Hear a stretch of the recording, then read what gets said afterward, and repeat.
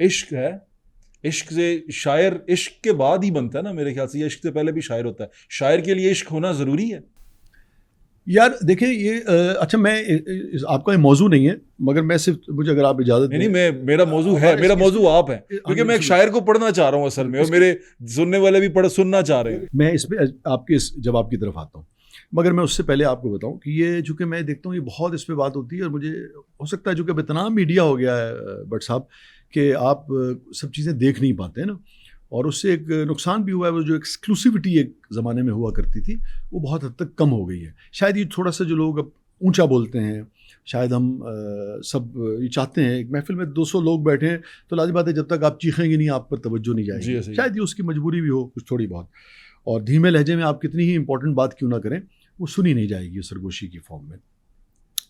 تو میں کہنا چاہ رہا ہوں کہ ممکن ہے اس کا جواب کسی نے دیا ہو, مگر مجھے بہت افسوس ہوتا ہے. ہاں بہت میں آپ کی ایگزیکٹ اس کی طرف آتا ہوں جواب کی طرف, مگر اس سے پہلے میں ذرا اردو شاعری کا تھوڑا سا مقدمہ اس کو ذرا میں ڈیفینڈ. جی ضرور. یہ بہت لوگ بات کرتے ہیں, بہت میں نے دیکھا بعض لوگ مذاق اڑاتے ہیں, تمسخر اڑاتے ہیں کہ جی اردو شاعری نے کیا دیا ہے, وہ جی گل و بلبل کے آپ لوگ باتیں کرتے رہے, آپ کے بزرگ بھی باتیں کرتے رہے, اور گل و رخسار کے علاوہ آپ نے تو کوئی بات نہیں کی, اور جناب محبوب کی زلفیں اور فلانا اور ڈمکانا.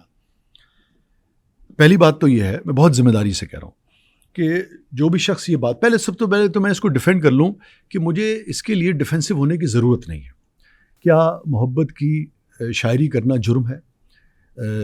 چاہے ہمارے بزرگوں نے کی, چاہے فراز صاحب نے کی, چاہے غالب کیا ہے, چاہے میر کیا ہے, چاہے سودا کیا ہے, چاہے ولی دکنی کیا ہے, چاہے شیکسپیئر کیا ہے, چاہے ورڈزورتھ کیا ہے, چاہے کیٹس کیا ہے, چاہے شیلے کیا ہے, چاہے شیلے کیا ہے, چاہے رومی کیا ہے, کسی بھی جگہ, چاہے بلے شاہ دے ابھی اگر کتنے کتنے تعلق لگتا ہے محبوب دا ذکر لبدا ہے کتنے تو وہ کی ہر جگہ ہے. ٹھیک ہے, پہلی بات تو یہ. کیا یہ مرد و زن جو باری انسان میں جو تخلیق ہوئے ہیں, کیا یہ ازلوں سے ایک دوسرے سے محبت نہیں کر رہے ہیں؟ کر رہے ہیں نا.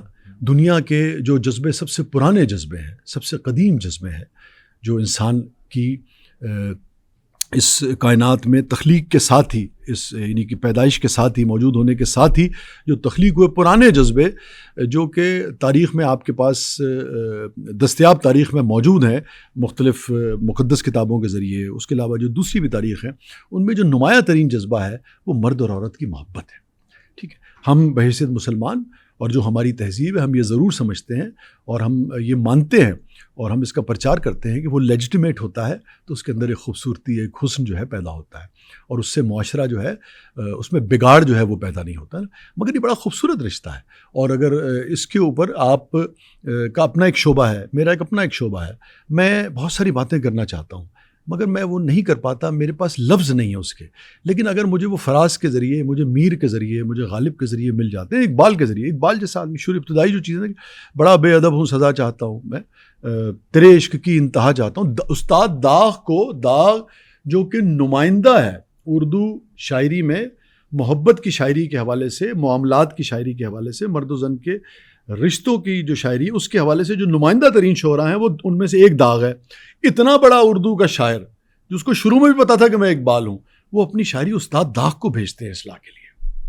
ٹھیک ہے نا, اور ان کے اوپر نظم بھی لکھی ہے اقبال نے. تو پہلی بات تو یہ ہے کہ معاشرہ اس کے اوپر ڈیفینسو ہونا چھوڑ دے, یا لوگوں کو بھی وہ کرنا چھوڑ دے.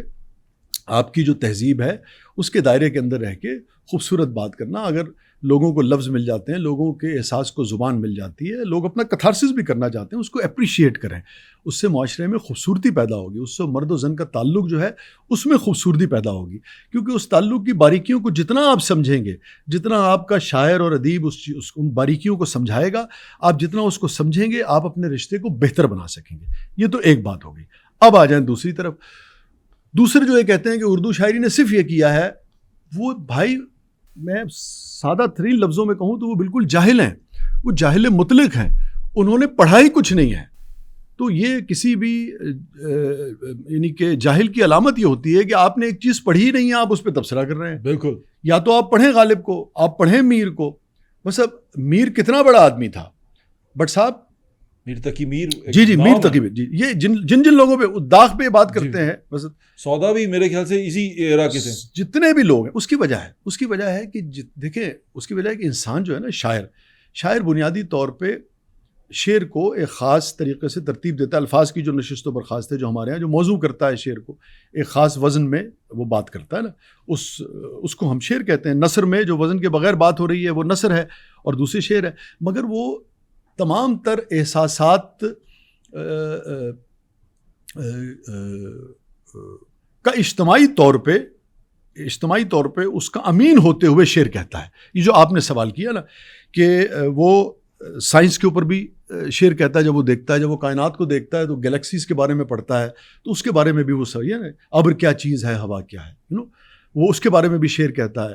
میر کہتا ہے کہ چشم ہو تو آئینہ خانہ ہے دہر, یعنی کہ اگر آپ دیکھنے والی آنکھ رکھتے ہیں, میر 250-350 سال پرانی بات کر رہا ہوں, چشم ہو تو آئینہ خانہ ہے دہر, منہ نظر آتے ہیں دیواروں کے بیچ.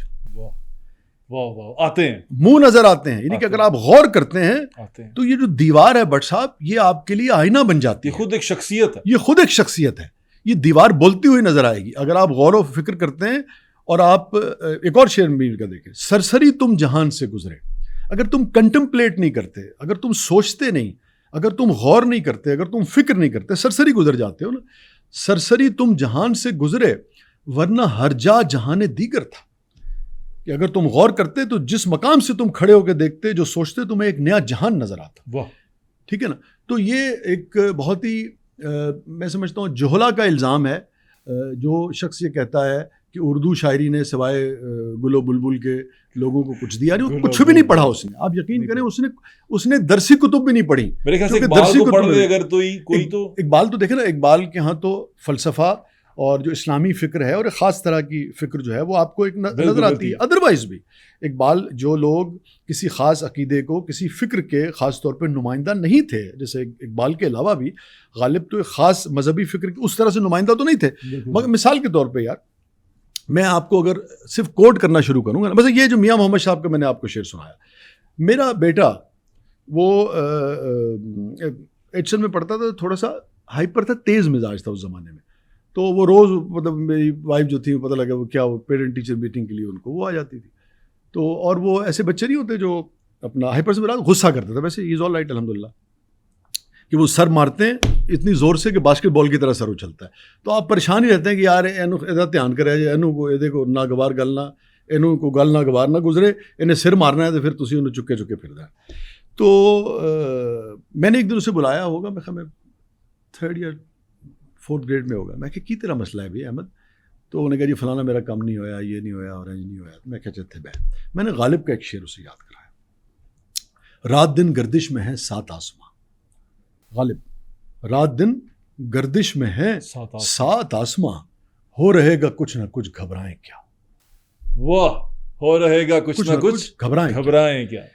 جتنی ٹینشنز ہیں آپ کی, جتنے پلز لینے والے, گولیاں کھا کے سونے والے لوگ ہیں, جتنے بے چین لوگ ہیں جن کو یہ سمجھ نہیں آتی کہ زندگی ہے, زندگی ایسے ہی ہوا کرتی ہے. آپ اپنے حصے کا کام کر سکتے ہیں, نتائج آپ خدا پہ چھوڑ دیتے ہیں. آپ کا نتائج کے اوپر اختیار نہیں ہوتا ہے. اگر آپ کو یہ یقین آ جائے, اور آپ کو یقین آ جائے کہ اس 8 ارب کی دنیا میں اب سے کو 150 سال پہلے شاید 1-1.5 ارب کی بمشکل آبادی تھی, آج 8 ارب ہے. اور پیچھے چلے جائیں آپ نیاندرتھال پہ چلے جائیں, اور اس سے پہلے آپ چلتے چلے جائیں, تو ہزاروں اربوں سال سے یہ دنیا آباد ہے. اور اگر آپ اس کو اور زوم آؤٹ کرنا شروع کریں تو اس پورے منظر نامے کے اوپر ایک ڈاٹ ہے جس کو آپ ارتھ کہتے ہیں, اس ڈاٹ کے اندر ہم 8 ارب بستے ہیں. ٹھیک ہے نا. تو آپ کو پتہ لگے گا کہ آپ اور ہم کچھ بھی نہیں ہیں. اس لہٰذا اپنا کام کریں ایمانداری سے, صبح سے شام تک, نتائج سے بے پرواہ ہو جائیں, ٹینشن مت لیں. آپ یقین کریں آج وہ بچہ 20-21-22 سال کا ہے, اور آپ بڑے بڑے لوگ, وہ کوئی کہہ رہا تھا تھیراپی پہ لے جاؤ, کوئی کہہ رہا تھا یہ کرو وہ کرو, اس ایک شعر نے اس کی پوری زندگی بدل دی. بالکل ٹھیک کہہ رہے ہیں.